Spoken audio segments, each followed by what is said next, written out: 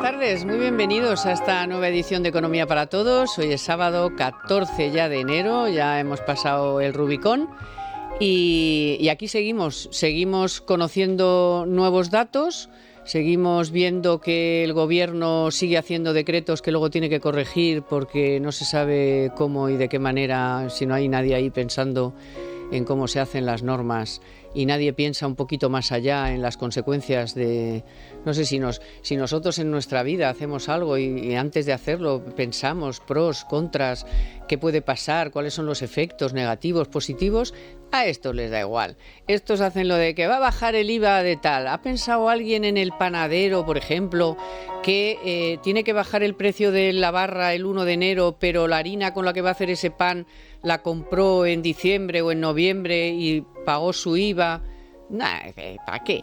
Bueno, ahora lo corrijo y ya está. Y eso es lo que ha hecho Hacienda, tener que corregir otro decreto mal hecho, otra norma mal hecha, otra ley mal hecha. Y luego dice Sánchez, le dice a los inversores en las jornadas estas que en España la seguridad jurídica es la joya de la corona. Madre mía de mi vida. Bueno, como le decía sobre los datos, hemos conocido ya el definitivo de diciembre, la general es una décima menos, sin embargo, la subyacente ya está en el 7% y los alimentos en el 15,3%. O sea, de verdad, hay tanta gente que lo está pasando tan mal que cuando escuchas tanto a Sánchez como a Calviño diciéndole al mundo lo bien que estamos aquí, lo bien que lo hacemos, vamos, vengan ustedes, que aquí, vamos, todo eso que decían del apocalipsis, ni apocalipsis ni nada, ¿no? Pues váyase usted ahí a las colas del hambre y a la gente del paro y a los de los contratos fijos discontinuos, que por cierto, de una forma todavía, en fin, muy suavecita y sin que se note mucho,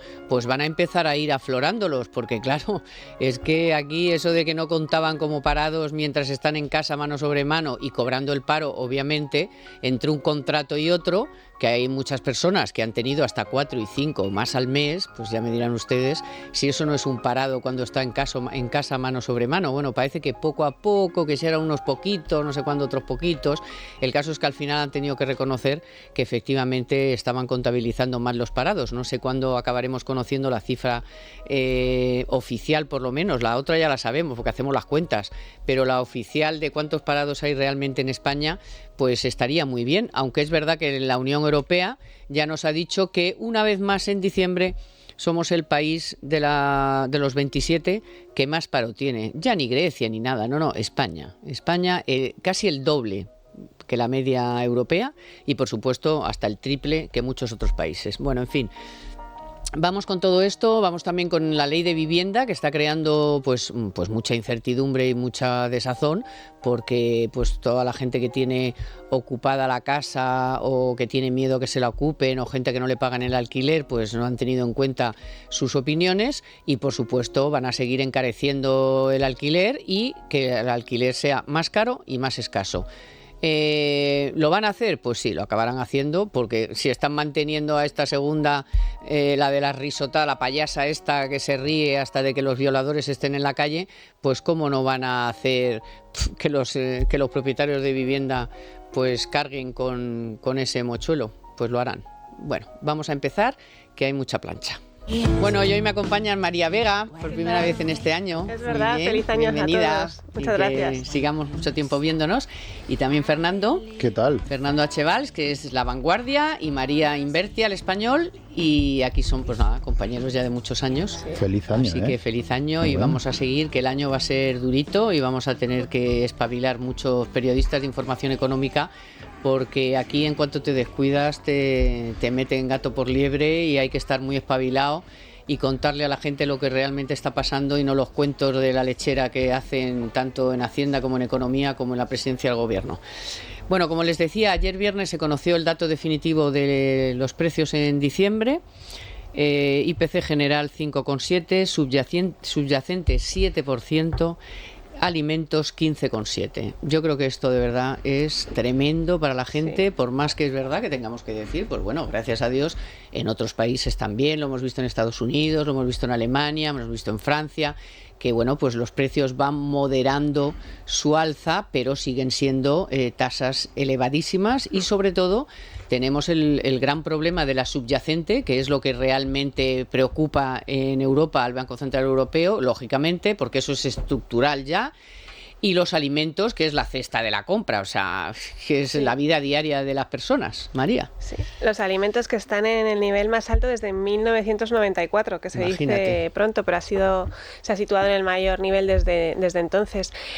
Bueno, el tema de la inflación es muy complicado y muy complejo de explicar, aunque nos parezca que todos lo entendemos bien, porque todos estamos sufriendo la inflación cuando vamos al supermercado, cuando tomamos un café con un pincho de tortilla, pero si nos fijamos, está bajando el IPC general por una serie de medidas que se han acometido para bajar el IPC general, que sería, pues, por ejemplo, la rebaja del IVA de la luz, y que nos alivia un poco el pago de la factura de la luz a los consumidores. Porque hay que decir que la electricidad pesa mucho en el IPC. Exacto, sobre todo de los que están en el mercado regulado. Al final, el IPC son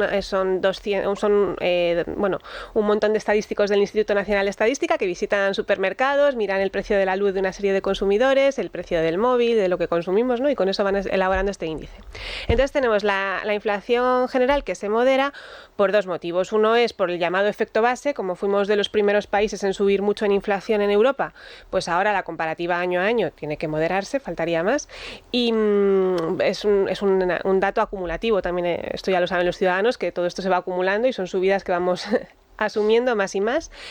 Y luego el otro elemento que está conteniendo o que está moderando el IPC general, pues son este tipo de medidas, como por ejemplo el tema del IVA de la luz.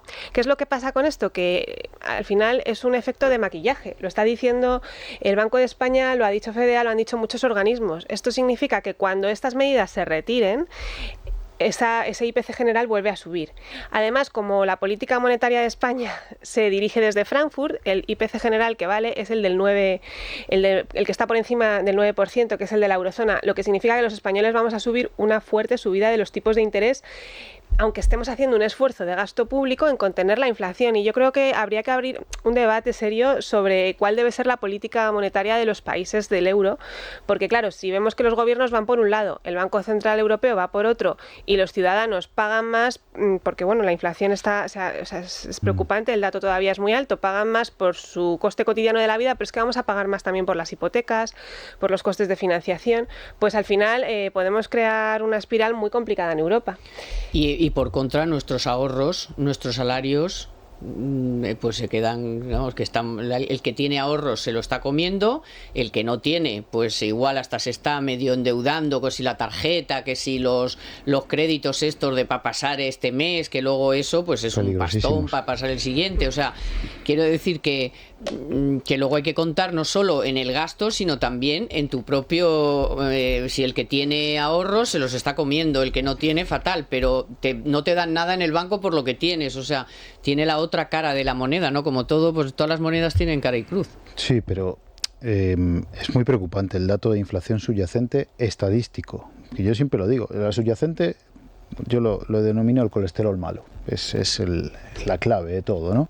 Pero es que estáis contando solo el dato estadístico, porque el real es mucho mayor. Yo recomiendo al oyente que se vaya al Observatorio de Precios al Consumo del Ministerio de Agricultura. Y hay una tablita con el coste de los alimentos, la lechuga, los tomates, el pescado, la carne, y la evolución en el último año. Es que hay alimentos que se han multiplicado por 2. Hoy salía que el azúcar, pero muchísimos más. Las patatas, las zanahorias, todo se ha multiplicado por 2 solo en el último año, que ya venían subiendo con anterioridad.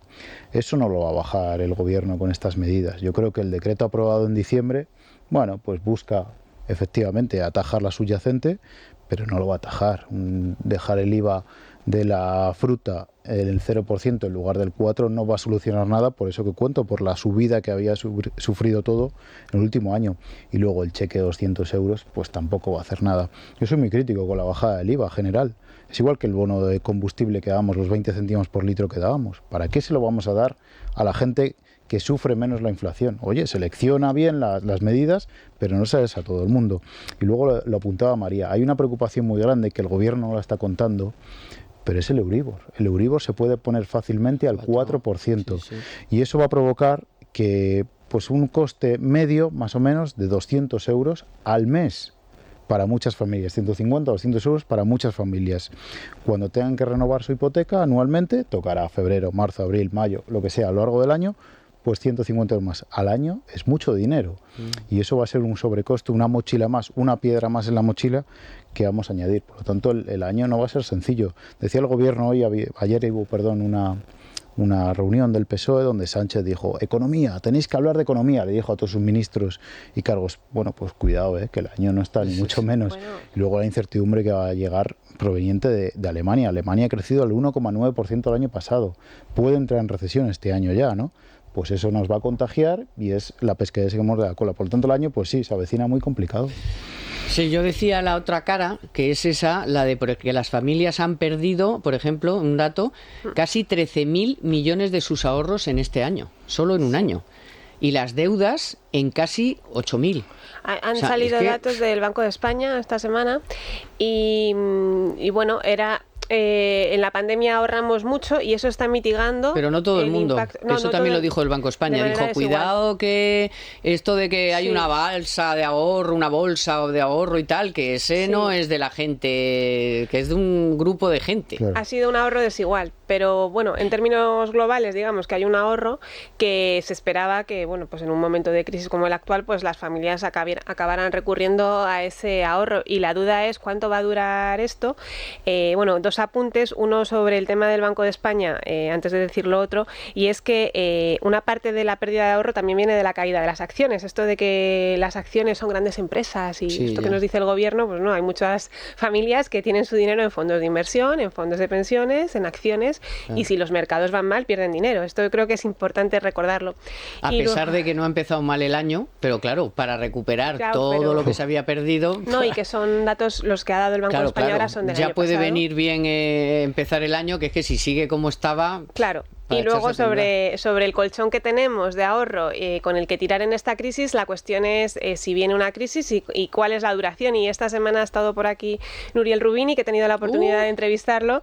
Cuenta, y porque asusta. O sea, realmente él ve una crisis de deuda, él recuerda que España no ha hecho los deberes fiscales y bueno, él considera que la recesión que está anticipando el consenso de economistas y el Banco Central Europeo de 1 o 2 trimestres, de 2 trimestres, una recesión corta de 2 trimestres en la eurozona, pues es una previsión muy optimista. Él se va por lo menos a 3 o 4 trimestres y advierte que si viene una recesión dura podría desencadenar una crisis de deuda, porque los niveles de deuda de muchos países, entre ellos el de España, y además lo dice así, porque bueno, es así, solo hay que mirar las estadísticas, pues es muy preocupante. Claro. Pero es preocupante que en el sentido de como claro, aquí se ha dicho, venga, la barra libre, que como estamos en pandemia, se acabaron las reglas fiscales, aquí que cada uno haga lo que quiera. Habría que mirar también que, bueno, España lo ha hecho muy mal en este sentido, ha aumentado muchísimo la deuda, pero es que el problema de la deuda ya no es solo de los PIGs, de España, de Portugal, de Grecia y tal, no, es que aquí con la pandemia se ha endeudado todo el mundo, Alemania ha hecho unas barbaridades de ayudas de miles de millones y tal, que todo eso al final, pues claro, es verdad que los alemanes son mucho más estrictos y mucho más, pero en la pandemia se ha gastado dinero a mansalva. Y perdón que se me olvida otra advertencia de Rubini, claro, que es una advertencia lógica, pero que hay que recordarla al oyente, y es que, claro, viene esta crisis o esta recesión en la eurozona y el Banco Central Europeo, que normalmente podría salir a estimular la economía, no puede salir a hacerlo porque tiene una presión inflacionista enorme. No, al revés, con lo cual la política monetaria va a ir en contra, lo cual va a agravar más la situación según su previsión. A ver, estamos dopados. Toda Europa está dopada y España sobrevive, y yo hablo de España porque somos españoles, porque estamos dopados, porque nos suspendieron las reglas fiscales y nos dijeron lo que tú has dicho, Carmen, endeudaros lo que podáis y lo que haga falta para salvar a todos. Pero eso se va a acabar, y eso se va a acabar este año, ¿eh? Se está debatiendo cuándo se va a acabar. Entonces, cuando por lo menos las compras del Banco Central Europeo ya se están notando. Luego hablaremos de las letras del Tesoro, que lo tengo aquí como la noticia telefónica de cómo está el panorama de las subastas. Tendremos que apretar la cintura. Entonces, hay una oportunidad, tiene el gobierno, tenemos un colchón fiscal enorme, 35.000 millones podremos incluso recaudar de más este año, porque ha ido muy bien todo, por la inflación, porque ha habido un consumo que ha repuntado con fuerza, porque el empleo pues también está subiendo algunos salarios y el IRPF funciona, impuestos de sociedades. Pues no dediques todo a bajarle el IVA general a todo el mundo y dedícalo a pagar deuda y a reducir déficit, pero no lo está haciendo. Pero sí, eso va a pasar y España va a sufrir cuando eso pase. Se lo está guardando para cuando le convenga ahora el año electoral. Es que... Está claro, primero ya se ha gastado una pasta en la subida de las pensiones y el resto de lo que quede, más todo lo que sigue recaudando, porque sí, se ha recaudado porque el consumo ha aumentado, que tampoco tanto, es porque cada vez que los precios están altos, se lleva más, más hacienda. La base imponible sube. Exacto, es que es sobre el precio. Por eso siempre decíamos, hombre, a lo mejor en vez de los 20 céntimos o lo que sea, baja el impuesto o deflacta la tarifa del IRPF, que es una cosa que a mí me asombra que el PP haya abandonado, cuando es lo más fácil, lo más justo que se puede hacer, que es: aquí no estás beneficiando a nadie, a cada uno en su tramo. A usted está en el segundo tramo, pues sí, le hemos estado soplando X euros porque no hemos hecho la aplicación del IPC a la tarifa. Pues oiga, hágalo. Y entonces, en vez de andar tirando el dinero para unos determinados grupos, que a lo mejor luego les tienes que ayudar por otras razones, pero que le llegue de verdad. Porque si lo que haces es poner miles de trabas para que al final los 200 euros te quede muy bonito, pero no le llegue a nadie, pues entonces hemos hecho el pan con unas tortas. Usted deflate. Me extraña que el PP haya soltado ese señuelo, pero bueno, allá cada uno, haya películas. Sí que me ha chocado que en medio de todo este follón, incluso de las declaraciones de Rubín y todo, aunque pueda ser un tío muy pesimista y muy lo que sea, es que el propio gobernador del Banco de España haya dicho que que ya le haya quitado un poco de hierro a la recesión, ¿no? Que va a ser corta, que tal, le veo como muy que no ha querido hacer... Bueno, es que los bancos centrales tienen una parte de culpa muy importante en todo lo que está pasando, porque llevamos hablando de inflación desde el año 2021 algunos, y era transitorio. Aquí no pasaba nada, entonces han empezado a actuar tarde.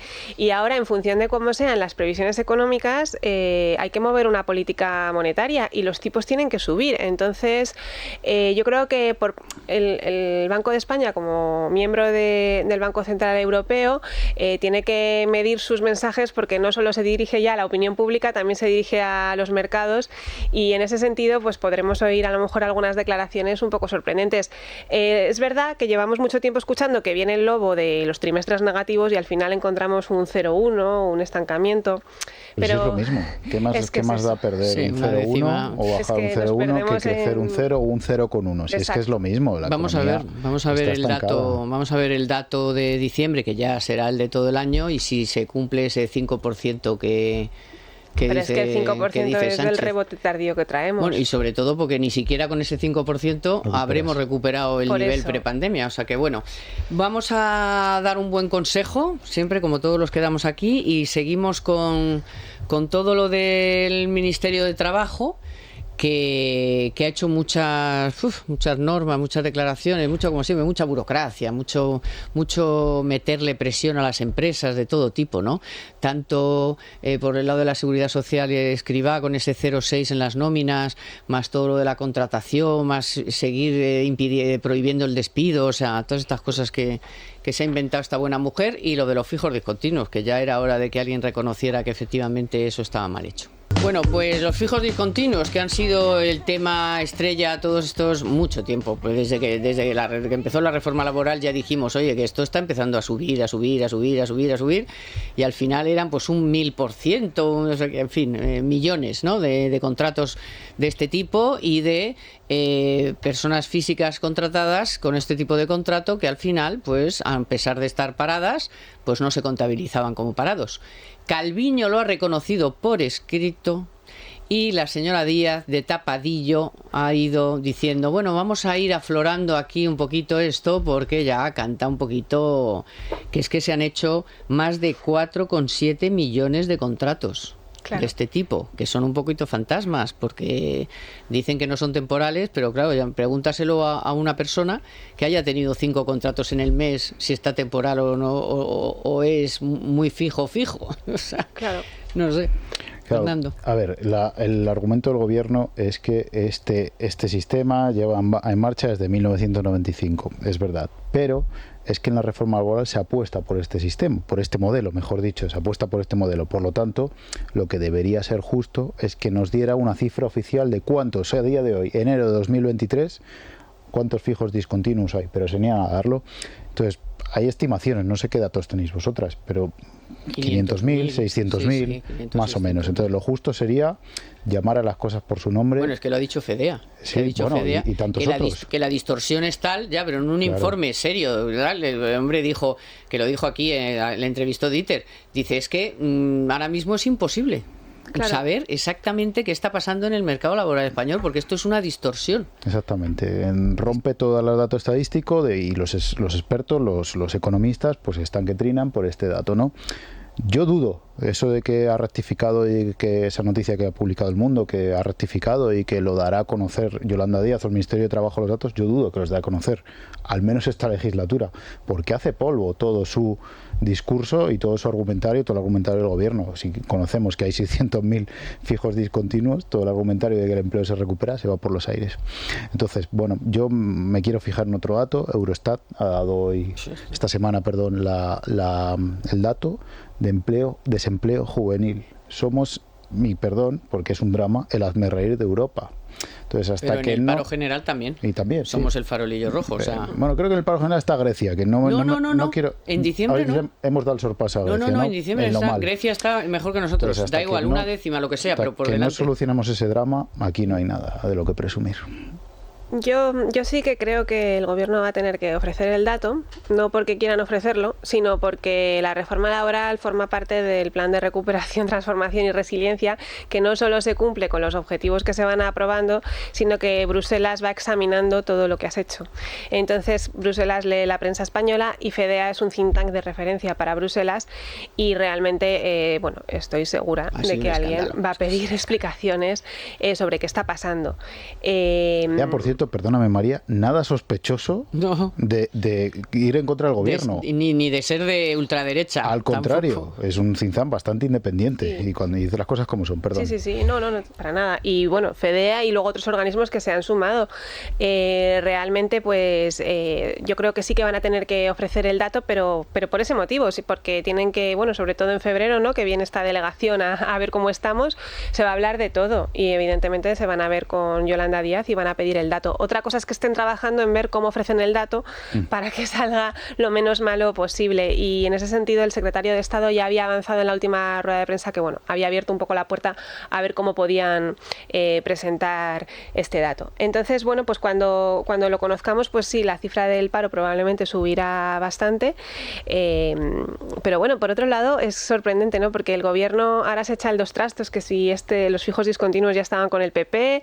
Si nos fijamos al final, la reforma laboral, que yo siempre lo he dicho, han hecho como 4 o 5 retoques y han hecho retoques de calado, pero otros son muy poco calado y en realidad cuando hablamos de los ERTE, pues fue una figura que puso sobre la mesa con fuerza la reforma de Báñez y... Correcto, se aprovecharon. O sea, al final, ¿qué ha hecho este gobierno? Aparte de vender propaganda, ¿no? Porque habían hecho una reforma laboral por el empleo de calidad y yo tengo también otra cosa que os olvida mucha gente y que a mí me llama mucho la atención. En los ocupados de la Seguridad Social vamos a distinguir también, o sea, vamos a recordar los que hay a tiempo parcial, a tiempo completo, porque claro, si la gente está trabajando 4 horas y pluriempleada, pues no sé qué ha resuelto esta reforma laboral.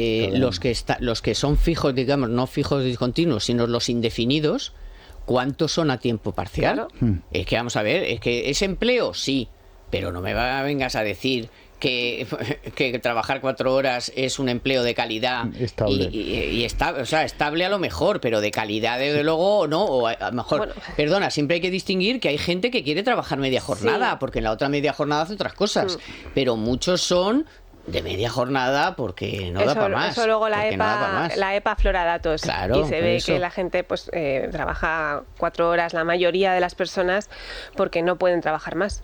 Porque no encuentran, no porque... Sí, o porque el empresario no le puede pagar. Está él y luego por la tarde contrata a alguien, o al revés. Está por la mañana el contratado y por la tarde está el propio empresario, porque no puede pagar a más. Y ahí también cuidado con el SMI, porque el SMI también puede incidir en que te contraten menos horas porque no hay dinero para pagar el salario entero. Vamos a que el Ministerio de Trabajo no solo no ofrece datos estadísticos fiables, que ya está bien, o sea, que ya no te puedes fiar ni del IPC, bueno, el PIB el no sé qué, que si el pie diario, que si el tal, que si le bajo una décima, que si le subo, que está bien. Entonces, en otros países se presentan datos que son provisionales y luego se corrigen y tal, pero bueno, pero aquí eso se ha empezado a hacer después de haber quitado al encargado del tema. Sí. Entonces, un poco podemos sospechar si nos da la gana y sería justo y equilibrado poder sospechar, porque da la casualidad de que aquí eso no solía pasar hasta que se han cargado al que dirigía el cotarro. Entonces, bueno. Sí. Entonces, la señora esta de Trabajo, Díaz, en vez de hacer estas cosas que tendría que hacer y bien,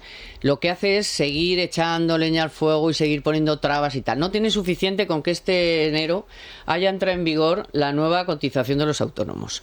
El 0,6 de las nóminas, que es el 0,5 lo paga el empresario, y el 0,1, que esto se ha dicho muy poco, nosotros aquí todos los días, pero la gente no tiene ni idea. O sea, es que hay empresarios que se han encontrado ahora con que les ha dicho el gestor, oye, que tienes que pagar el 0,5 más ya mes de enero de la nómina de tus empleados. Claro, porque es que no se habían ni enterado. Tienen que escuchar Economía para Todos. Claro, ya le he dicho, a dos que me lo han dicho, digo, pues eso te pasa por no escuchar Economía para Todos. Pero bueno, te quiero decir que debe ser muy general el hecho de que no hay nadie que le haya transmitido a la pyme, a la pequeña, a la micro, a la peluquería, a la panadería, a la tal, que este mes ya le tiene que subir tal. Luego están con el rollo de subir otra vez el SMI. Ahora también han hecho lo de las nuevas reglas del despido improcedente. La nueva forma de contratación, otra vez prohibir el despido 3 años. O sea, es que todos son trabas al trabajo en vez de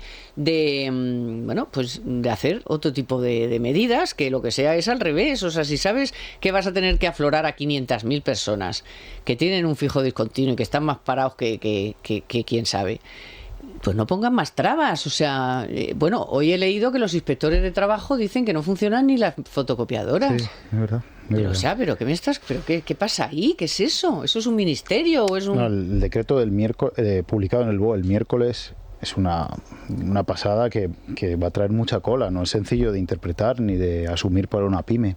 El problema es que el gobierno interpreta o transmite que todo el empresariado son los Ana Botín, Ignacio Sánchez Galán, las grandes empresas, ¿no? Los del puro. Entonces, como esos, pues hay que crujirles, con perdón de la expresión, ¿no? Pero no, somos un país de pymes, no hace falta que lo explique, ¿no? Y yo creo que esto que ha pasado el miércoles, que se ha sacado de la manga Yolanda Díaz, porque no había noticia hasta ahora de esto, da la razón a la COE, de que se levantara de la mesa por aquella decisión que tomó en diciembre Yolanda Díaz, y que se levantara de la mesa y dijera, con ustedes no tengo nada que pactar porque están actuando unilateralmente. Creo que es un error, y creo que el gobierno va a tomar una decisión que con el SMI que incluso va a sumar una carga mucho mayor, y ahí sé que hay gente intentando hacer ver a Nadia Calviño de que contemporice la situación, porque si fuera por Yolanda Díaz, el SMI a 1.200 euros. No, estoy exagerando, ¿no? No. Pero esa decisión pues es inminente, se va a tomar en breve, pero también va a ser una carga importante para la pyme, por pero supuesto. ¿Cómo les va a importar si el otro día la ministra de Hacienda, en no sé qué programa era, en Antena 3 me parece, dijo que le preguntaron, oiga, ¿qué va a hacer el gobierno con tanta recaudación extra que está consiguiendo y tal? Dijo, bueno, entre otras cosas, la subida del SMI.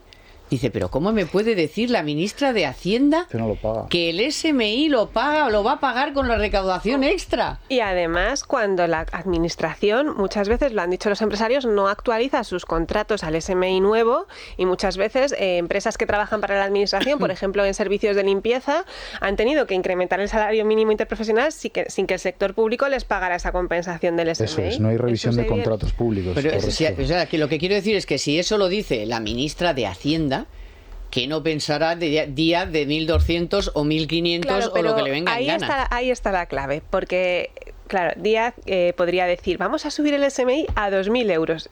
Y no lo acaba de hacer del todo, porque en el fondo todo el mundo sabe que subir el SMI, pues bueno, esas personas que lo cobran reciben un salario mayor y entonces pues es buen para ellas, pero tiene efectos colaterales negativos. Es que si subir el SMI no tuviera un efecto colateral negativo, que es parcialidad, que es menos creación de empleo, que afecta además a los colectivos más vulnerables, entonces subiríamos el SMI, oye, 2.000, 3.000, 1.500, ¿no? O sea, en esa al final, en cierto modo, el propio gobierno muchas veces reconoce de manera implícita sus contradicciones. Ya, pero claro, si se sube a 1.100, por ejemplo, es que la subida en los últimos 4 años es que va a ser del 50%. Claro. ¿Qué empresa puede en 3-4 años asumir un aumento del coste laboral de ese porcentaje, más la subida de las cotizaciones, más las trabas? Porque en estos 4 años ha tenido que poner lo del horario de tal, lo de asumir la pandemia, y con caída del PIB. Muchas más trabas que han ido poniendo por todos los lados. Ahora lo de los plásticos, mañana lo de tal, el 0,6, o sea, es que todo es una lista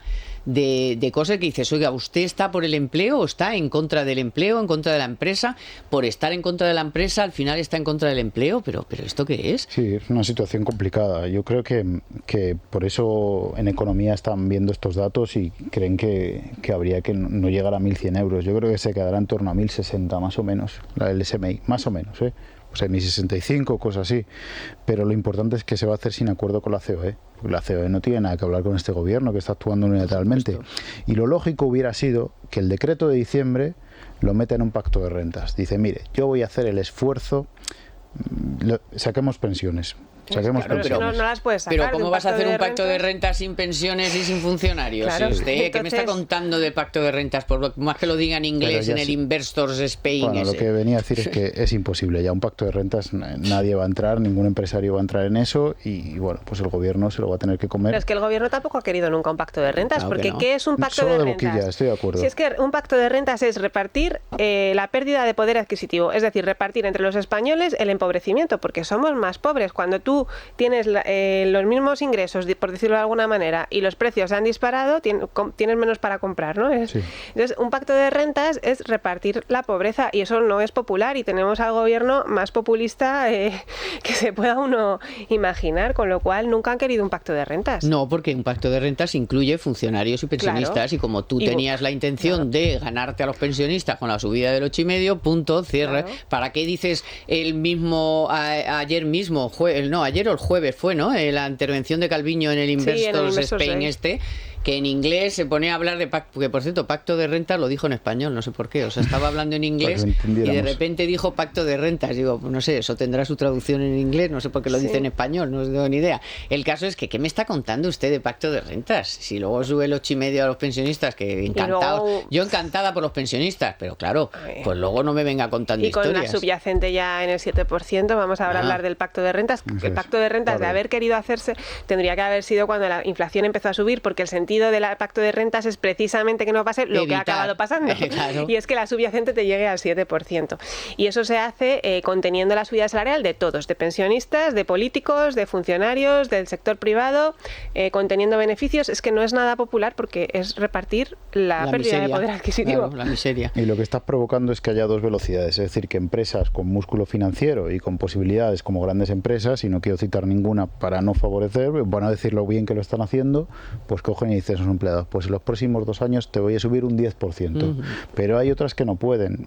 Si el gobierno hubiera entrado, pero lo decía María, no en enero del 23, en enero del 22, a decir, oye, que esto viene fastidiado, vamos a intentar llegar a un acuerdo para no provocar más inflación, para atajar la subyacente, pero no lo ha hecho, no ha sabido moverse o no ha querido. Que su objetivo era subir las pensiones, la inflación. 9 millones de votos, 9 millones de votos. Bueno, de votos que creen ellos, luego ya veremos, porque ahora tienes a los pensionistas que a pesar de haberle subido el 8,5, están con la cesta de la compra al 15,7. No puede. Con lo cual has hecho el pan con unas tortas. Y luego también desde el punto de vista político la situación está tan complicada que hay muchos pensionistas que no van a votar a este gobierno aunque les haya subido el gobierno. O sea, quiero decir que al final sí que es una medida populista y sí que tiene un impacto grande en número de votos y de nosotros en este discurso, ¿no?, del escudo social y de ayudamos a los jubilados y a los vulnerables, pero luego también es verdad que hay pensionistas pues que no ven razonable cómo se hacen muchas cosas e incluso hay pensionistas que consideran que a lo mejor, sobre todo en tramos más altos de renta, pues a lo mejor el 8,5 no tenía que haber sido. Claro, porque sus nietos tienen que pagar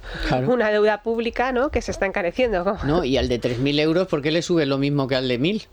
Claro, es que, vamos a ver, puestos a hacer justicia y a ser tan bueno y tan bondadoso con la gente que lo pasa mal, pues oye, al tío de 3.000 no se lo subas el de 8,5 y sin embargo al de 1.000, pues súbele un poco más del 8. Yo qué sé, o sea, ya puestos a gastar 15.000 millones, pues gástatelos bien, con un poco de cabeza, digo, o sea, no cabres a todo el mundo, pues oye, cabrea a los que más tienen, que eso ya los tienes cabreados de todas maneras, y pórtate bien con los demás, porque al final, ¿qué ha pasado? Pues que está todo el mundo cabreado, claro. Y no te digo cuando te enteras de que todos estos bonos que iban a dar y que han puesto en marcha, el bono joven, el bono tal, al final no lo ha pedido ni el 50% de la gente que ellos creían que lo iba a pedir, pero es que ni los jóvenes. Es que el otro día leí que en Palencia lo ha pedido un joven, Sí, es verdad. en la ciudad de Palencia. Un joven de 18 años solo hay que haya querido pedir los 400 euros. Oiga, ¿qué está pasando aquí? Ya. Que usted pone tantas trabas que al final no te compensa pedir los 400 euros, que le va a pasar con los 200. Con el Porque cheque tienes que hacer la alimentación. declaración de la renta. Eso es. Porque es otro pagador. Y entonces Claro. gente que no tenía que hacer la declaración de la renta dice que ahora por 17 euros al mes Claro, es que son yo me 50, tengo que sí. poner a hacer la declaración de la renta mía, la de mi hijo, la de mi familia, como era lo del ingreso mínimo vital. Sí. Que al final, ¿qué pasa? Que tienes que presentar la declaración de la renta de todos los miembros de la familia. Claro. Pero usted no quieres dar el dinero.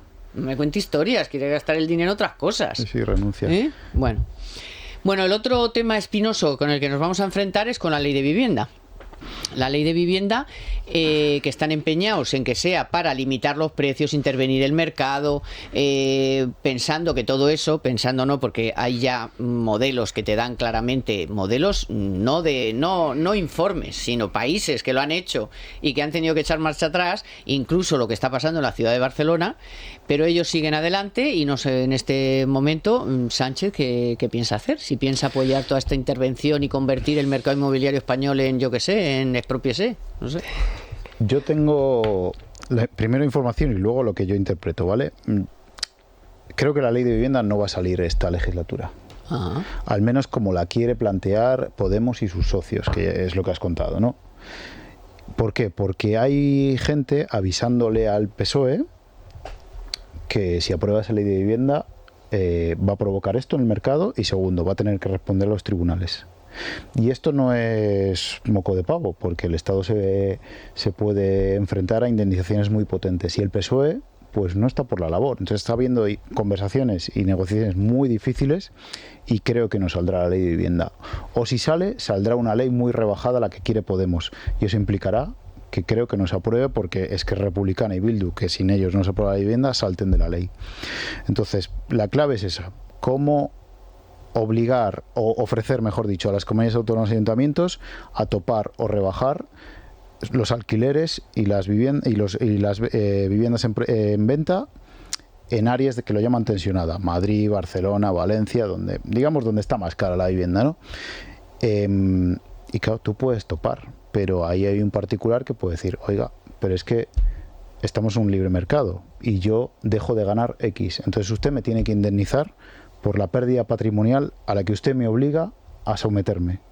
Y eso es lo complicado y eso es lo que el PSOE no acepta. pero eso va a pasar sin la ley. Ya ahora mismo los propietarios de viviendas de alquiler que están reunidos en varias asociaciones ya están con sus abogados preparando demandas Claro, al gobierno en las por bases. lo del límite El del 2% 2% del alquiler. Eso es. O sea que con eso ya se va a encontrar. Ahora, que puede ser peor. Entonces, Claro, todo el puede lío empeorar. jurídico que se puede meter es importante y por eso yo creo que hay tantas dudas. Por eso si me dices, ¿qué crees que va a pasar con la vivienda? Creo que no va a salir en los términos en los que hemos estado hablando en los últimos meses. Yo la verdad es que la información que he tenido en los últimos meses coincide bastante con lo de Fernando, en el sentido de que el Partido Socialista dejó que llegara al Congreso con la intención de que nunca se aprobara y ha habido compromiso de dirigentes socialistas con el sector y a nivel conversaciones de alto nivel en el que han dicho no, esto lo llevamos al Congreso pero no se va a aprobar. Pero también debo decir que llegados a este punto me creo cualquier cosa. Hemos visto de todo en los últimos meses y al final el PSOE necesita que Unidas Podemos tenga votos para poder formar gobierno en caso de que los números puedan llegar a dar después de las elecciones, así que yo ya creo que todo es posible y es muy preocupante porque hay incluso detalles como lo de las VPO, que querían desclasificar las VPO que han pasado a ser propiedad de familias con carácter retroactivo.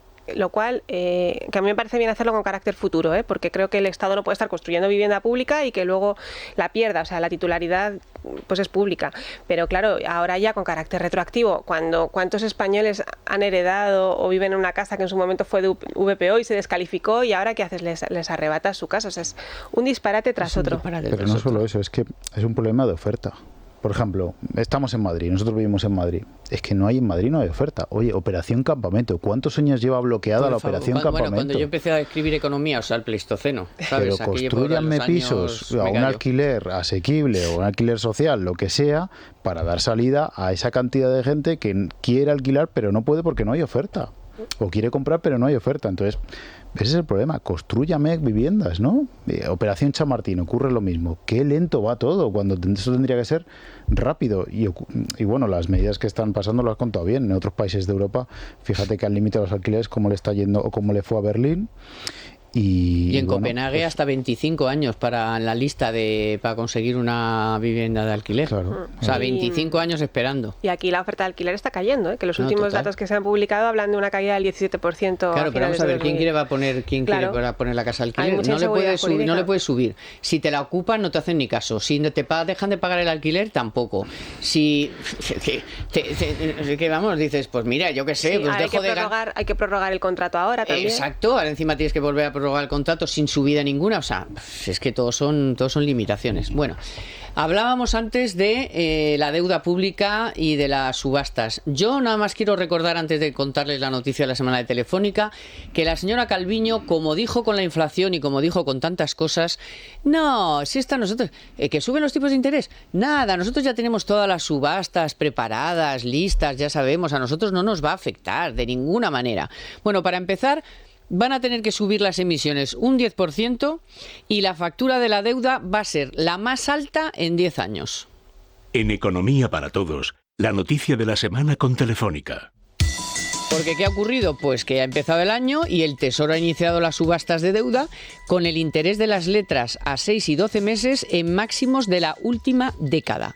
Según los datos del Banco de España, el Tesoro Público ha colocado casi 971 millones de euros en letras a 6 meses al 2,599, o sea, prácticamente al 2,6. Que está, fíjense, muy por encima del 2,092 de la subasta anterior. Se trata además del nivel más alto desde julio de 2012. En las letras a 12 meses, el Tesoro ha colocado pues casi 4.000 millones, con una rentabilidad marginal de prácticamente el 3%, 2,998%, y muy superior al 2,47% de la anterior subasta. Y en este caso, en el de las letras a 12 meses, se trata del nivel más elevado desde agosto de 2012. La de veces que habrá dicho, y sobre tantos temas que habrá dicho este gobierno, que no, si es a nosotros, nada, la guerra de Ucrania, nada, la pandemia, nada, un caso o dos, la inflación, nada, eso es temporal, la deuda pública, las emisiones, y solo tenemos todo controlado ya para tal. Oye, resulta que ahora tienes que ampliar en un 10% las emisiones que tenías previstas y encima pagar. Pues como era lógico, vamos a ver, si van a subir los tipos de interés, pues lo lógico es que te suba la factura y tengas que pagar más si quieres que te compre la deuda, sobre todo teniendo en cuenta que el Banco Central Europeo te va a dejar de comprar. Y ahora de amiguitos con los bancos, para que les compren la deuda. Hombre, va a dejar de comprar y va a reducir balance. O sea, nos van a dar por todas partes. Y la factura de los intereses de la deuda en los presupuestos son unos 31.000 millones de euros. Pues es más que las prestaciones de desempleo. O sea, no es... No es una partida tonta de las tres Marías. No es una María, ¿no? No. Bueno, antes María ha contado su noticia con su entrevista de Rubini, y Fernando nos va a contar lo de los PERTE, el PERTE eléctrico. Que es que a mí lo de los... Ya el nombre de PERTE ya me parece que es como para despistar al personal y para no se entere de qué estamos hablando. Vamos, que los fondos europeos. Eso es. Que es un desastre, ya lo venimos contando, es un caos, no se arregla nada, la gente no le llega el dinero a las empresas, es un follón de burocracias. Va a venir en febrero una comisión del Parlamento, de la Secretaría de Presupuestos, que no va a hablar solo con el Gobierno, como nos contó aquí la diputada de Ciudadanos, va a hablar con gente de todas partes para enterarse bien de qué narices está pasando. Pero bueno, tú tienes información sobre el PERTE de que has publicado en La Vanguardia, sobre el PERTE del coche eléctrico, que aparte de lo de Sagunto y la más pasta que nos ha costado. Pues que está el sector de uñas con el Gobierno, porque la primera se ha dividido en dos entregas, en dos convocatorias. La primera, que se repartieron 800 millones de euros, y la segunda se repartir algo más de 2.200. Claro, el Gobierno lo que quiere es que las empresas privadas, Volkswagen, SEAT, Renault, pongan dinero pero eso lo tienes que animar con financiación pública. Si tú le dices, eso cuesta dinero, o sea, que aquí venga Volkswagen desde Alemania y diga, voy a poner una fábrica de baterías en Sagunto, y que llegue Renault y diga, pues la planta de Palencia la voy a electrificar. Eso cuesta dinero público y es lo que no quiere poner el gobierno, y es lo que la primera entrega hizo muy tímidamente. Volkswagen amenazó con irse, la SEAT tiene un cabreo tremendo, y la segunda entrega, pues el gobierno va a tener que rascarse el bolsillo si quiere que estas empresas inviertan. ¿Qué pasa? Que entre medias pues nos hemos enterado que Reyes Maroto se viene al Ayuntamiento de Madrid de candidata, deja el ministerio, está de forma interina, y que antes de eso pues le ha cortado la cabeza, y estoy siendo suave, al secretario general. Fíjate, Carmen, en un país que aspira a reindustrializarse con los fondos europeos, tan importante un Ministerio de Industria, no tenemos un secretario de Estado de Industria. Ni una ministra. Ni una ministra que ha estado a tiempo parcial. Ya ni una ministra. Pero lo lógico sería eso. Y ahora ha entrado uno nuevo que tiene que empaparse de todo. Que bueno, que fue consejero del ramo en Asturias, pero que tiene que empaparse de todo. Y el sector está de uñas. No solo el sector del automóvil. Hay un sector clave, el automóvil sabemos que es muy importante para muchas autonomías españolas, pero es que el turismo es clave para la economía del país, y el turismo está muy cabreado porque no le han hecho caso el gobierno en ninguna de sus reivindicaciones. Oiga, nosotros no podemos competir con el low cost, eso ya se ha acabado.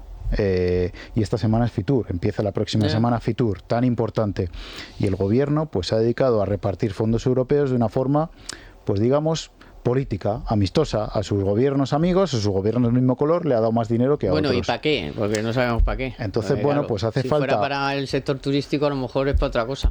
Yo espero que el gobierno acierte porque con el nombramiento del Ministerio de Industria, porque es clave. Si este país no acierta, y ya vamos tarde, porque estamos ya en el año electoral, hay que repartir solo en el PERTE del IBEX 2.000 millones, pero es que si le sumas turismo, si le sumas comercio, hay que repartir 4.000 millones, que se dice pronto, este año, 2023, en ese ministerio, y no hay nadie al frente. Precisamente, a mí la información que me llegó en su momento y que, bueno, la publiqué y demás, es que parte de la salida de Maroto para presentarse a las elecciones responde precisamente al deseo a su inutilidad. De que abandone el ministerio de una manera limpia, porque es un ministerio, bueno, que tiene mucho que responder ante Bruselas, y es una forma de apartar a Reyes Maroto, que por otra parte también he de decir que es una ministra de la que el sector siempre, los sectores que se han visto con ella siempre han hablado bien de ella. Sí, es muy maja, pero no hacía nada. Sí, ella más que nada se quejaban de la falta de peso político y de que ella pues dice una cosa en una mesa, pero luego llega al Consejo de Ministros y es otra. Calviño, ¿no? Se la tumba. Claro. Exacto. Pero como... Tendrás que ir al sector turístico. Sí, pero bueno, que no... quiero decir que con esto no pretendo descalificar a Maroto, porque yo creo que lo que pasa aquí en los fondos europeos trasciende a Maroto. O sea, esto es el propio diseño de yo lo llevo a Moncloa, hago un plan de partido y no hago un plan de país. O sea, hay muchos errores, ¿no? Pero bueno, ha sido una forma pues elegante de decir, sale Maroto, y se está viendo que ahora hay una serie de cambios en el ministerio, y bueno, pues veremos, porque son muchos los sectores y mucho el dinero que están pendientes de esto, pero... Bueno, pues el sector turístico está enfadado, el sector eléctrico del automóvil está enfadado, pero es que no vean cómo está el sector eléctrico con la señora Rivera. O sea, es que claro, es que no dejan títere con cabeza. Es que ahora ha presentado ya en Bruselas, sin contar con el sector, el cambio del sistema tarifario, pero que es una especie de cosa que se han inventado, sí. O sea, sin contar con el sector, que además quiere acabar con el sistema de pool, que puede ser una buena idea o no, pero hombre, lo mínimo es hablarlo con las cuatro. Si es que tampoco tienes que hablar con tantos, ¿cuántos son? Si son tres. Si son tres o cuatro, o sea, es que tampoco tienes que hablar con tantos. Entonces dices, pero, o sea, ¿cómo es posible? Sí, bueno, han querido ser los primeros, el país que lidere en España el debate pero si luego no lidera de nada, la reforma si eléctrica, porque además como viene como viene la presidencia, ¿no? Pues es un elemento más que quieren mover dentro de la presidencia española de la Unión Europea, y como la gente no entiende nada del sistema eléctrico, porque esto es un berenjenal que no hay quien lo entienda, pues es el sector ideal para hacer propaganda de la manera que se quiera. Ya, pero yo lo que digo es, vamos a ver, si eso me parece bien que hagas propaganda, pero luego para hacer bien un documento, claro, conviene que te sientes con los que saben, porque además en esto sí que hay una coincidencia plena, y no solamente del sector eléctrico, de que esta mujer no tiene ni idea. O sea, si los españoles no entendemos el sistema eléctrico, ella tampoco lo ha entendido todavía. Entonces, hombre, Pues sabe de clima, ¿no? Siente, no por de eso, energía. ella, el clima, el cambio climático, la ecología y no sé qué, se salvará mucho. Pero del sistema eléctrico todavía no se lo ha aprendido. Entonces, oye, lo mínimo es, si luego puedes meterte con el sector todo lo que quieras, porque mira, te metes con la banca y luego de tapadillo le pides que te compre la deuda pública. Claro. Entonces, pues ya, si eso ellos lo tienen asumido, pero hombre, no te pongas a mandar un papel a Bruselas. Pero sí es que además es todo de perogrullo. Los que saben.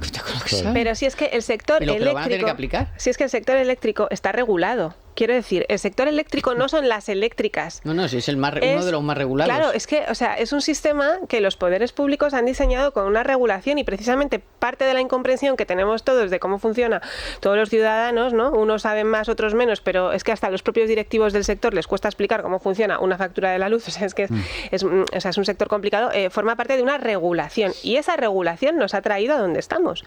Entonces es que de verdad me parece que a veces dejamos de llamar las cosas por su nombre y se abren debates que confunden aún más a la ciudadanía y que además pues acaban haciendo mucho daño a largo plazo, ¿no? Porque al final el sector eléctrico y el sector de la energía pues es clave para todo, para la industria, para los consumidores, como hemos aprendido en esta última etapa de la inflación y bueno, pues yo creo que es una irresponsabilidad. Pero no, yo creo que Bruselas no va a dejar a España que haga esa reforma sin contar con el sector, porque fíjate lo que les ha costado aprobar un tope al gas de 180 euros, que vete tú a saber si el gas llega a esa cifra, porque, bueno... Sí, que lo han puesto por poner. Por poner una cifra que es muy alta. Y luego, es que la legislatura se agota en Europa también, ¿eh? Es que en mayo del 24 hay elecciones al Parlamento Europeo. Yo creo que en esta legislatura no vamos a ver una reforma del mercado eléctrico en España. Y lo decías tú, es que Rivera sabe de clima. Es una experta en política climática, pero no de energía. Yo creo que voy a contar una cosa que se puede contar, no voy a decir quién es, pero un ministro contaba que lo primero que hacía cuando tenía que elaborar una ley era técnicos del ministerio y luego pasársela al sector privado para que te dijera, oye, mira, esto va bien, esto va mal. Y luego con las aportaciones del sector privado tú rehacías la ley, pero tienes que contar con ellos. Porque si no, lo que te vas a enfrentar es que vayan a los tribunales y digan, mira, esto te lo tumben. Claro, pero bueno, yo creo que no lo vamos a ver, insisto. Yo creo que no sería la primera vez, porque ya la banca y ya las eléctricas le tumbaron aquel decreto de este año pasado, no del anterior. ¿Os acordáis? Sí, que hizo un decreto y se lo tumbaron en los tribunales, porque claro, es que si pones cosas ahí que no tienen sentido, que son retroactivas y no pueden ser, o sea, cosas el decreto de los beneficios ilegales caídos del cielo, que decía ella, ¿no? Sí, eso se lo tumbaron. Las eléctricas. Y la banca le va a tumbar el impuesto a la banca. Porque ya está ahí. Bueno, sí, porque hasta el BCE les ha tirado de las orejas. Pero bueno, o sea, sí que en Europa se va a abrir el debate de la reforma del sistema eléctrica y... Pero en plan general. En plan general, claro, con propuestas. Aquí, claro. Y esto pues responde a la estrategia política de decir, pues nosotros hemos abanderado esto, igual que dice, nosotros fuimos los primeros en hablar de tope al gas. ¿Pero qué tope al gas? Si ustedes hablaron de un tope al gas que fueron 40 euros por megavatio y ahora la Unión Europea habla de 180 euros por megavatio. Es que, o sea, no hablamos de lo mismo, porque la diferencia es tan grande. Y es tramposo porque lo que defendió España, acordaros que lo hablamos aquí, fue desacoplar el precio del gas de la factura. Claro. Entonces eso fue una solución intermedia que acordaron ahí. Es como lo del gasoducto España-Francia. Ese gasoducto no estaba sobre la mesa, lo que querían ellos era el MidCat. Se lo inventó sobre la marcha. Se lo sacaron de la manga, no me digan que llevan apostando por eso años o meses, no, es mentira. Y luego además la gente no entiende nada de esto de que está funcionando lo del límite del gas, porque es hoy el megavatio está a 40, mañana sube un 100%, pasado mañana baja el 8% la luz, o sea, está siendo es que tenemos una memoria muy frágil. Una montaña rusa. Tenemos una memoria muy frágil, pero en realidad lo que pasó en España, que por eso empezamos, fue el primer país en movilizarse con todo el problema de la guerra de Ucrania y del encarecimiento del gas, es que los clientes del mercado regulado, que precisamente es donde están los más vulnerables, están sujetos a estos vaivenes y lo que hay que hacer es reformar ese mercado, que bueno, en eso parece que van a estar. Y hay otra cosa también interesante que recordar, y es que el tope al gas que tenemos de la excepción ibérica, este famoso, caduca el 31 de mayo.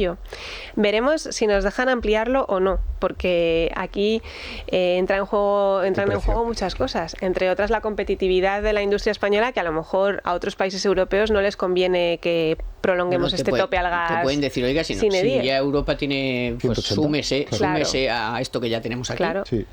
Yo, es que con el tema energético, yo recurro a un grupo de amigos que están alejados de toda esta cafetería de política, ¿no? Y economía. Y me decían, oye, en el país con más sol de Europa, ¿por qué todos los edificios públicos no tienen ya de una santa vez placas solares? Pero no en el 2023, desde hace años. Y es verdad, ¿por qué no apostamos por eso? El otro día... Lo están apostando los ciudadanos, que están poniendo hasta en los edificios de pisos. Claro, y no lo tienen sencillo. No es tan sencillo. Pero lo están haciendo, ¿eh? Pero estamos en el siglo XXI ya. Bueno, yo creo que esa es la solución, apostar por eso y dejarte reformar el mercado eléctrico. Insisto, es un brindis al sol, yo lo considero así. Bueno, hay que apostar por eso, pero mientras las renovables son independientes, hay que reconocer que tienes energías de transición y que tienes que apoyarte en otras energías porque no te dan el 100%. Claro, porque no son seguras. La energía solar no es segura. Claro. Tú tienes que tener una alternativa para un país. Digo, a lo mejor tú para tu casa, pues te viene muy bien una plaquita de compensación o incluso puedes gastar los 3 megavatios que te da la placa. Pero estamos hablando de España, estamos hablando de un país. Mira lo que le ha pasado a Alemania. Mucho me gasto $500 millón de euros en energías renovables, no quiero nada de nucleares, no quiero nada tal, y ahora está echando a unos de una aldea para abrir la mina de carbón. Hasta que vienen maldadas, claro, te quiero decir que es que no eres capaz con esa energía, por muy verde y muy limpia y muy bonita que sea, de suministrar la energía a un país si no quieres tener apagones, días sin suministro y horas sin suministro. O sea, no puedes dejar un país al albur del sol y el viento. No, ya hemos visto al final, si es que todo es lo mismo. Por ejemplo, haces un modelo energético, pues tienes que tener en cuenta competitividad, seguridad de suministro. Subes el SMI, pues también tienes que tener en cuenta la seguridad del empleo, la competitividad de las empresas. Pues lo que hacemos cada uno, que si vamos a tomar una decisión, primero dices pros, contras y ves las consecuencias de cada cosa que vas a hacer. En fin. Bueno, María, muchas gracias. Gracias a vosotros. Me alegro mucho de verte, a ti también, Fernando. Igual, muchas gracias. Un muchas placer. gracias. Hoy ha estado los mandos técnicos, como siempre, nuestro Víctor San Román, en la producción Naya Pertusa, Marta Galindo también aquí echando una manita. Y gracias también a los compañeros de Libertad Digital Televisión. Ya saben que pueden ver el programa en nuestra tele, en Libertad Digital Televisión. Y a todos ustedes, por supuesto, muchísimas gracias por estar ahí. Nos vemos el próximo sábado, que hay muchas más cosas que contar, ya saben. Aquí no se para. Economía para todos con Carmen Tomás.